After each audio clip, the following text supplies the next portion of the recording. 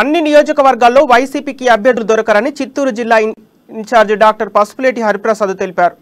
YCP ఇచ్చే 25 కేజీల బియ్యం కాదని జనసేనాని యువతకు 25 సంవత్సరాల భవిష్యత్తు ఇవ్వనుందని తెలిపారు. 12న యువశక్తిని విజయవంతం చేయనుందని హరిప్రసాద్ పిలుపునిచ్చారు. జనసేన వారాహి యాత్రను అడ్డుకోవాలనే చీకటి జీవోలు ఇస్తున్నారని ఆరోపించారు.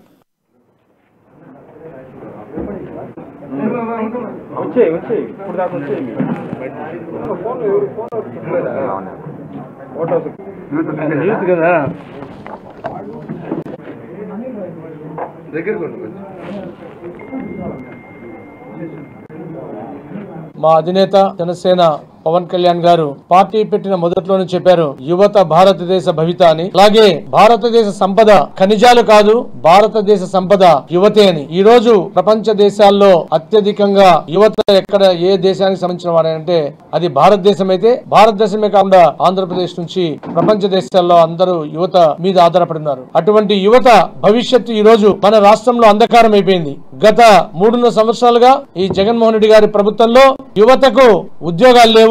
ఆ నామకే వాస్తే ఉద్యోగాలు 5,000 రూపాయల జీతాల